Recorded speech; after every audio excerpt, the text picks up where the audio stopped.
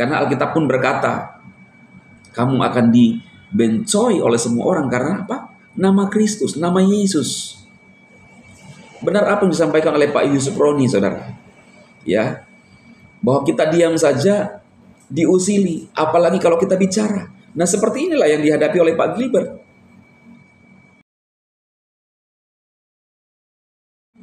Shalom saudara terkasih dalam Tuhan Yesus Kristus. Salam jumpa bagi saudara seiman. Gimana kabar saudara-saudaraku? Saya berdoa roh, jiwa, dan tubuh saudara dalam perlindungan Tuhan kita Yesus Kristus. Khususnya saudara-saudara yang telah percaya kepada Yesus, umat Kristus, dan saudara-saudara yang memilih jadi sebagai seorang apologet Kristen.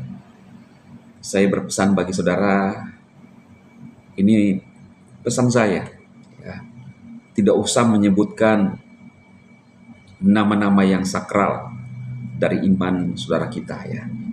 Viral hari-hari ini Pak Gilbert. Saya melihat Pak Gilbert mendatangi Pak JK, mendatangi MUI, lalu minta maaf dengan akibat khotbahnya, saudara, yang memberikan ilustrasi. Walaupun mungkin bagi Pak Gilbert itu hanya ilustrasi, tetapi bagi orang lain berbeda dalam menanggapi itu, ya. Nah, saudaraku, saya selalu mengharapkan, ya, keadilan ditegakkan di bangsa ini. Walaupun saya melihat bahwa yang terjadi dengan Pak Gilbert ini akan terus berlanjut mungkin beberapa saat ke depan, kita nggak tahu, ya. Tapi saya berharap, ya, ada kesamaan hukum dengan mereka yang juga melakukan hal yang sama seperti UAS dulu, saudara. Ya, boleh dibilang kasusnya sama. Masing-masing menyampaikan di depan jemaat, ya, kalau kita dalam kekristenan. Dan tidak bermaksud untuk mengeluarkan itu, ya, hanya untuk konsumsi jemaat. Sekali lagi bahwa di era sekarang kita mesti serba hati-hati. Kalau kita berkhotbah, pakai saja yang di Alkitab, saudara. Ya, contohnya misalnya ada di Alkitab, jangan berdoa di tikungan jalan, itu iman Kristen, ya. Ada di Alkitab, saudara. Karena Yesus sendiri tahu apapun yang kita ucapkan cukup masuk dalam kamar, itu kata Alkitab, saudara, ya. Karena Bapamu mendengarkan di tempat yang tersembunyi apa yang kamu ucapkan. Itu semua ada di Alkitab. Tidak usah mengkaitkan dengan bahasa-bahasa iman orang lain, ya kan? Supaya kita terhindar. Nah, karena memang saudara, kalau di bangsa kita ini, ya, saya melihat Pak Gilbert punya narasi seperti itu, ya, bagi teman kita itu menyakitkan, ya. Tapi kalau kita lihat seperti Kainama, saudara lihat video-video Kainama, ya. Yang bagi saya, kita pun merasa sedih sekali ketika mendengarkan pernyataan itu. Karena tidak sesuai pada penafsiran Bible. Atau mereka yang sering membahas Bible. Di kolom komentar TikTok saya mengatakan, mereka punya dalil. Saudaraku, kita tidak punya dalil untuk menafsirkan keimanan orang lain. Titik. Itu namanya menghina keagamaan orang lain, menghina iman orang lain kalau saya membahas iman orang lain. Jadi tidak ada dalilnya sedikit pun ketika kita membahas iman orang lain. Karena orang itu akan selalu membahas dengan penafsiran yang berbeda. Ya, itu kita perlu pahami, namanya etika. Jadi dari segi etika, mereka tidak punya kapasitas untuk menyampaikan itu. Anak kecil pun tahu, saudara. Tetapi bagi kita orang Kristen, kita harus menerima itu. Kita harus bersabar, ya. Karena Alkitab pun berkata, kamu akan dibencoi oleh semua orang karena apa? Nama Kristus, nama Yesus. Benar apa yang disampaikan oleh Pak Yusuf Roni, saudara? Ya, bahwa kita diam saja diusili, apalagi kalau kita bicara. Nah, seperti inilah yang dihadapi oleh Pak Gilbert.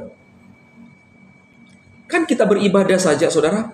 Orang dengan seenaknya datang dalam rumah ibadah kita, lalu seenak jidat untuk mau membubarkan dengan alasan apapun. Yang paling mudah adalah alasan perizinan. Dan belum tentu juga ya semua yang melakukan itu juga ya begitulah saudara ya. Nggak usah dilanjutkan. Nah saudaraku, kita lihat. Jadi apa yang harus kita lakukan? Memang sampai saat ini bagi saya dalam segi hukum dan keseimbangan kesamaan kita belum bisa dan belum bisa mendapatkan kesamaan hukum. Saudara. Hanya yang kita bisa lakukan adalah berdoa. Biarlah Tuhan yang hidup, yang kita sembah, itu menyatakan kuasanya bagi kita. Saudara, mau berdebat pun saudara tidak akan pernah membuat mereka untuk menerima. Tidak akan bisa menyelesaikan. Yang kita bisa lakukan adalah berdoa untuk mereka. Seperti Kainama yang terus memutarbalikkan Bible, saudara. Tidak akan bisa saudara memenangkan perdebatan dengan dia. Karena dia segudang strategi untuk melakukan itu. Bukan, saudara, bukan karena banyaknya kata-kata dan bisa menyusun, itu adalah sebuah kebenaran. Tidak bisa, saudara. Orang bisa ngomong apapun tentang Alkitab kita, tetapi kebenaran itu, Alkitab berkata, Yesus berkata bahwa kamu lihat dari buahnya. Jadi, bagaimana mereka menyampaikan Alkitab, bagaimana mereka benar dari sudut etika saja, saudara, yang bisa dipandang oleh manusia itu tidak lolos. Ya. Yang kita bisa lakukan, saudara, adalah berdoa bagi mereka yang suka melakukan penyesatan dari sudut iman Kristen. Ya. Supaya mereka, kalau Tuhan berkenan, mereka bisa kembali bertobat. Kalau Tuhan tidak berkenan, ya kasihan sekali kan. Nah itu yang kita bisa lakukan, saudara. Kita berdoa agar